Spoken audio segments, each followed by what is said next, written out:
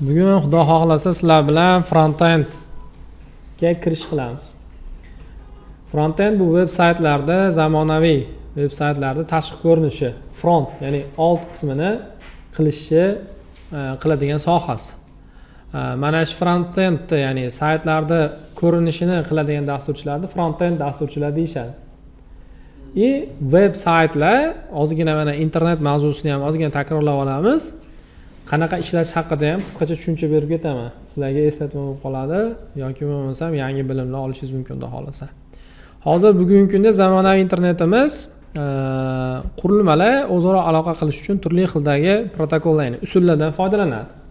Ya'ni ustroysiyalar u kompyuter bilan bu kompyuter o'zaro bir-biri bilan ma'lumot almashish uchun, masalan, SMTP protokoli, bu Simple Mail Transfer protokol deb elektron pochta, ya'ni xabarlar jo'natish uchun kerak edi.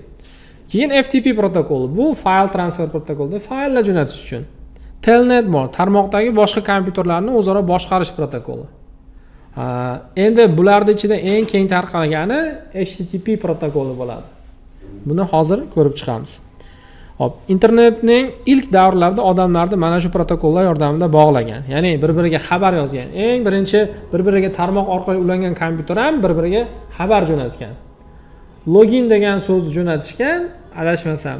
Shu bittasi log bo'lib borib, keyin ikkinchisi in bo'libmi, xullas ikkiga bo'linibmi kelgandi. 1989-yilda World Wide Web ixtiro qilinishi internetning zamonaviy ko'rinishiga asos soldi. World Wide Web nima? Tim Berners-Lee degan odam mana shu tarmoq orqali axborot almashishni usulini ishlab chiqqan va unga butun dunyo o'rgimchak tarmog'i, ya'ni World Wide Web deb nom berilgan. Internet bu qurilmalarni bog'lash uchun vosita bo'lsa, web bu vosita ma'lumotlar almashish usuli. Ya'ni o'sha qurilmalarning orasida axborot almashish usuliga web derkanmiz. Bundan kelib chiqadiki, butun dunyoda umuman masalan 21-asrda eng katta kashfiyot internet bo'lsa, shu internetda ishlashini ta'minlab beradigan qism bu web bo'ladi. Shuning uchun ham dunyoda почти 90% dasturchilar webdan boshlaydi. Ya'ni web dasturlashdan boshlaydi. O'sha web dasturlashni o'rganib, dasturlash sohasiga kirib, yana boshqa tillarni o'rganib, keyin o'yin dasturlashga, sun'iy intellektga yoki boshqacha qaysidir yo'nalishlariga, data analitika shunga o'xshagan yo'nalishlarga o'tib ketadi. Bu qaysidir ma'noda sohaga, dasturlash sohasiga kirish uchun bosqich. Ya'ni birinchi bosqich, bog'chaga o'xshagan narsa. Webning ortidagi asosiy g'oya ma'lumotlarni maxsus gipermatn, ya'ni hypertext hujjatlar ko'rinishida saqlash va uzatish. Oldin yangiliklar, ya'ni axborotlar almashish uchun gazetalar bo'lgan. Urush paytlari, urushdan keyin, urushdan oldingi yillarda nima bo'lgan? Gazeta orqali odamlar yangilik, ya'ni axborot almashgan. Hozir ham veb saytlar shunaqa, gazetalarda elektronlik ko'rinish. Ochsangiz, matnlar, rasmlar, kerakli joyda videolar, lekin yaxshilab qarasangiz gazetaga o'xshaydi. Xo'p. Gipermatn orqali ma'lumotlar uzatilsa, gipermatn nima degan savol. Hypertext bu boyitilgan matn, ya'ni просто так text emasda, rasmlar bilan, audio, videolar bilan, animatsiyalar bilan to'ldirilgan, ya'ni ham informatsiyani oddiyroq, soddaroq, chiroyliroq qilib berish mumkin bo'lgan variant. Shuning uchun gipermatn. Masalan, aktivlik bor, keyin giperaktivlik bor. Nima farqi bor? Bu ikkala so'zni eshitganingizda nima ko'z oldingizga keladi?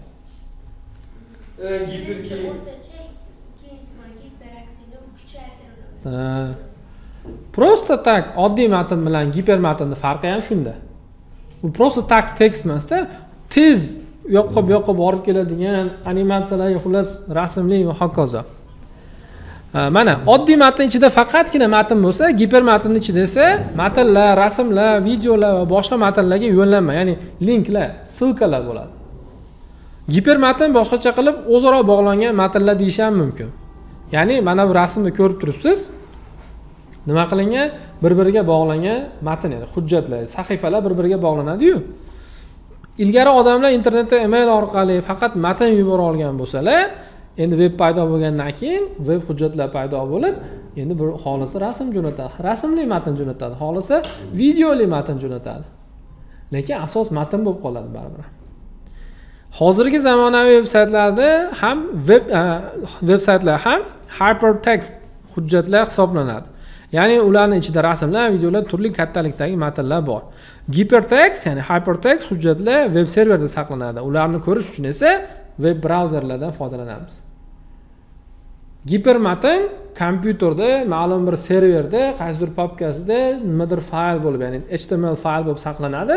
Endi biz uni ko'rishimiz uchun tarmoq orqali bizga brauzer kerak bo'ladi. Mana shu Safari, Chrome'laringiz va hokazo. Web klient yoki bo'lmasam brauzer deb turib, mana shu narsalarga aytamiz. Bularni qiladigan ishi asosiy ishi. Xo'p, web klient va server model asosida ishlaydi, ya'ni serverda hujjatlar saqlansa, siz ularni olmoqchi bo'lsangiz, sizga nima kerak ekan? Brauzer kerak ekan, web klient kerak ekan. Web klientingiz request so'rov qiladi serverga. Menga mana bunaqangi hujjatni ber deb. Keyin server nima qiladi? O'sha hujjatni topib sizga beradi. Web serverda o'zi bo'lsa, mana web serverlar biror bir veb saytni kodlari saqlanadigan kompyuterlar. Ular server bo'lish uchun maxsus server dasturlari, ya'ni Apache, Nginx ga o'xshagan dasturlar kerak bo'ladi. Va doim internetga ulangan static IP'si ham bo'lishi kerak. Mana biz doim internetga ulansak, qurilmamizga dinamik IP beriladi. Hozir kirsangiz, mana hozir tochkadan kirsam 192.168.1.1 bo'lib turgan bo'lsa, Wi-Fi ga boshqa narsaga ulanadigan bo'lsam, sirasi IP'im o'zgaradi. Lekin web serverlardagi unaqa bo'lmaydi. Web serverlarga doim statichniy turadi. Chunki butun dunyo bo'yicha doim bitta manzilga so'rov qilib, hamma qurilmalar ulana olish kerak-da. Shuning uchun maxsus programma, Apache, Nginx ga o'xshagan programmalar static IP va doimiy internet kerak bo'ladi. Siz o'zingizni kompyuteringizda ham server qilib ishlatsangiz bo'ladi. Faqat sizning IP manzilingiz vaqtinchalik o'zgarib turadi, lekin qanchadir vaqtincha muddatga ishlatib qo'ysangiz bo'ladi. Botlarni o'zida ishga tushirib qo'ysangiz bo'ladi. Xo'p. Ana endi brauzer haqida, Safari va hokazo, Operalar haqida. Web sahifalarda, ya'ni biz brauzerda internet mavzusida o'tganmiz, internetda ma'lumotlarni ko'zdan kechirish dasturiga brauzer derdik. U serverdan qabul qilingan gipermatn hujjatlarni biz biladigan rasmlar, videolar va tugmalarga aylantirib beradi. Kelishda web serverdan kod keladi, tekst, matn keladi, oddiy. Va brauzer uni qanday chiqish kerak bo'lsa o'shanday qilib ko'rsatib beradi. Biz ham shu ishni qilamiz hozir. Prosta tak matn chiqarmaymiz-da, uni HTML, CSS ga o'xshagan dasturlashtirishlar orqali yozib, to'ldirib, matnlarni chiroyli qilib, matn chapda chiqsa, rasm o'ngda chiqadi yoki kelasi harakatlanib, animatsiya bo'lib chiqadi. Shu narsalarni belgilaymiz. Brauzerlar qanaqa ishlaydi? Biz brauzerda veb saytga kirmoqchi bo'lganimizda, bizning kompyuterimiz serverga ataluvchi xullas serverga so'rov jo'natib, undagi kerakli narsalarni uzoq masofadan bo'lsa ham oladi. Ya'ni mana ular bir necha minglab kilometr uzoqda joylashgan bo'lsa ham, bir necha millisekund orasida mana shular yuz berib, misol uchun kunuzga kirsak, kunuz serveri Toshkentda hozir. Sirazi ulanib, undagi sirasi bosh sahifani, ya'ni index.html olib beradi. Keyin brauzerimiz o'sha narsani ko'rsatib beradi bizga. Xo'p, agar brauzer bo'lmasa, biz faqat server qaytargan gipermatnga ega bo'lamiz xolos, ya'ni hech qanday video, audio, rasmlar yoki bo'lsa matnlar chiroyli chiqmaydi. Faqat bo'lib chiqadi. Endi mana shu jarayonlarni ishlashiga javob beradigan protokol HTTP protokoli bo'ladi. Hypertext Transfer Protocol, ya'ni o'sha gipermatnni uzatish protokoli. Mijoz va server o'rtasidagi aloqa maxsus HTTP protokol orqali amalga oshiriladi. HTTP Hypertext Transfer Protocol gipermatn almashish protokoli. HTTP so'rovlar URL, ya'ni Universal Resource Locator formatida bo'ladi. Ya'ni domen nomidan keyin /contact bo'lsa, nima qiladi? Kontakt, aloqa, bog'lanish sahifasi ochiladi. Yoki bo'lmasa domen nomidan keyin about us bo'lsa, biz haqimizda degan sahifa ochiladi. Yoki domen nomidan keyin 404 bo'lsa, nima bo'ladi? 404 page ochiladi. Ya'ni ona shu URL link deymizmi, biz havola deymiz, ya'ni Uniform Resource Locator, biror bir hujjatga olib boruvchi unikal manzil. Shu narsaga qarab turib HTTP protokolni ishlar ekan. URL biror bir hujjatga yoki veb dasturiga ishora qiladi, ya'ni o'sha joyga olib boradi. Misol uchun Toshkentda turgan serverga bog'lanib, uni D papkasidagi, qanaqadir papkaning ichidagi bugungi sana bilan qanaqadir maqolani, faylini, xullas hujjatni oladi. Xo'p, HTTP ni sherigi bor. HTTPS degan. Ikkalasining farqi HTTPS bu oxirida secure, ya'ni xavfsizlik, shifrlash qo'shiladi. To'g'ridan to'g'ri sizni so'rovingiz serverga bormaydi-da, o'rtada bitta xavfsizlik serveriga boradi. U so'rovni tekshiradi. So'rovingiz xavfsiz bo'lsa, keyin serverga jo'natadi. Serverdan keladigan javob ham avval o'sha serverga boradi, javob xavfsizligini tekshiradi, keyin sizga jo'natadi. Qaysidir ma'noda o'rtada bitta garant bo'lib beradi, чтобы hamma ma'lumotlar shifrlangan holatda server bilan klient o'rtasida almashishni ta'minlaydi. URL haqida ham mana qisqacha. URL bu internetdagi resurslarning aniq manzili. Masalan, biz o'zimiz fayloviy menejerimizga kirsak, mana Diskga kiryapman, Django Blog Projectga kiryapman, mana bunaqangi video fayl. Nima? Faylda to'liq manzili bor. Diskda, Django Blog Projectda, misol uchun matnli maqolaga rating berish .mp4 degan fayl. Ya'ni buni meni kompyuterimda aniq bir manzili bor. Xuddi shu narsa internetdagi fayllar bilan ham bo'ladi. Faqat ularda endi file path emas, balki URL deb aytamiz. Universal Resource Locator. Resource nima degani? O'shasiga resurs so'raydi. Например, oltin resurs deb hisoblanadi, olmos resurs deb hisoblanadi. Manba shunaqa ma'noda keladi. O'sha narsani lokator, manzili, universal, unikal yoki universal resurs manbani lokator, manzili. URL internetdagi resurslarning aniq manzili, matn, rasm, video va hokazolar. URL quyidagi ko'rinishda bo'ladi. Birinchi kelib turgan narsa nima ekan? Protokol. HTTP dami, HTTPS dami? Undan keyin agar bo'lsa, mana tochkagacha bo'ladigan bo'lsa, subdomen keladi. Masalan, hozir siz bilan biz ishlagan mana bu saytimiz ham subdomen qilib ulangan. Ya'ni qanaqa mana typing.pyblog.uz bo'lgan. Domen haqiqiy manzil pyblog.uz, lekin ungacha tochkagacha nima degan? Typing degan nomi bor. Mana shu subdomeni. Protokoli qanaqa ekan? HTTPS ekan, ya'ni xavfsiz. Bu server bilan ma'lumot almassangiz bo'laveradi. Ro'yxatdan o'tsangiz, bank kartalaringizni, shunaqa shaxsiy ma'lumotlaringizni qoldirsangiz bo'laveradi. O'rtada shifrlangan bo'ladi ma'lumotlaringiz. Hop. Xuddi shu asnoda nima deydi? Subdomenlar keladi. Keyin second domain yoki domenning o'zi. Masalan, SEMrush deyapti. Bu o'sha domenning nomi, unikal nomi. Bu hech qachon bir-biriga o'xshamagan nomlar bo'ladi. Masalan, men pyblog degan domen nomini uz zonasida band qilganmanmi, bo'ldi, boshqa qaytib bunaqa nom bo'lmaydi. Chunki xuddi shu nom bilan odamlar meni serverimga bog'lana oladi, ulana oladi. Agar yana kimdir bunaqangi nom qilib qo'ysa, qaysi biriga so'rov qilish bilmay qolasiz. Shuning uchun doim domenlar unikalniy bo'ladi.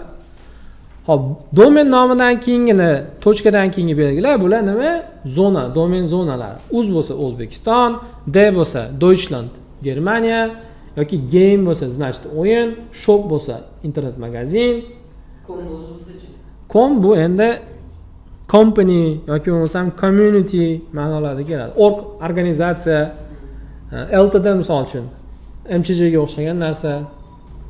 Shunaqa. Store bo'lsa magazin bo'ladi. Hop. Va domen nomidan keyin slash bilan keladigan qolgan hamma narsa bu page path, ya'ni sahifalarga manzil bo'ladi. Oddiy misol, yana hozirgi nimada typingda misolda ko'ramiz. Mana men hozir battle bo'limida turibman. Qarang, domen nomi qanaqa bo'lib o'zgaryapti. HTTPS protokol kelyapti, undan keyin subdomen kelyapti, domen osti nomi deb qo'yadi. Keyin domenni o'zi, zona uzda va undan keyin /battles. Ya'ni men hozir battle'larda sahifasida turibman, page'da turibman. Misol uchun musobaqalarga o'tsam, mana competitions chiqadi. Ya'ni server nima qiladi? Mana shu URLlarga qarab turib, menga kerakli sahifani, kerakli HTMLni, kerakli matnlarni, kerakli kodlarni beradi. URL muhim. URL ham unikalniy bo'ladi. Ashuni orqasida kerakli HTML yoki bo'lmasam CSS plus fayllar bo'ladi. Hop. Endi web sayt bilan web dasturlar.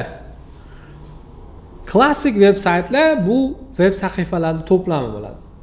Men sodda qilib eslab qolishingiz uchun aytaman. Web sayt nima desa, veb sahifalarni to'plami. Veb sahifa nima desa, nima deysiz? HTML fayllar. Oddiy .html qilib ochgan hamma faylingiz bu HTML sahifa bo'ladi. Shu HTML sahifalarning to'plami keyin bitta veb sayt bo'ladi.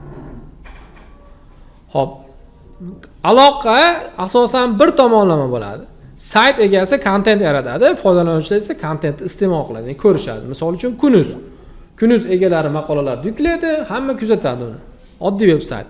Endi veb dasturda bo'lsa, bu bilan endi nima? Odamlar bu programmalarni ishlatadi, aloqa qiladi. Ya'ni aloqa ikki tomonlama bo'ladi.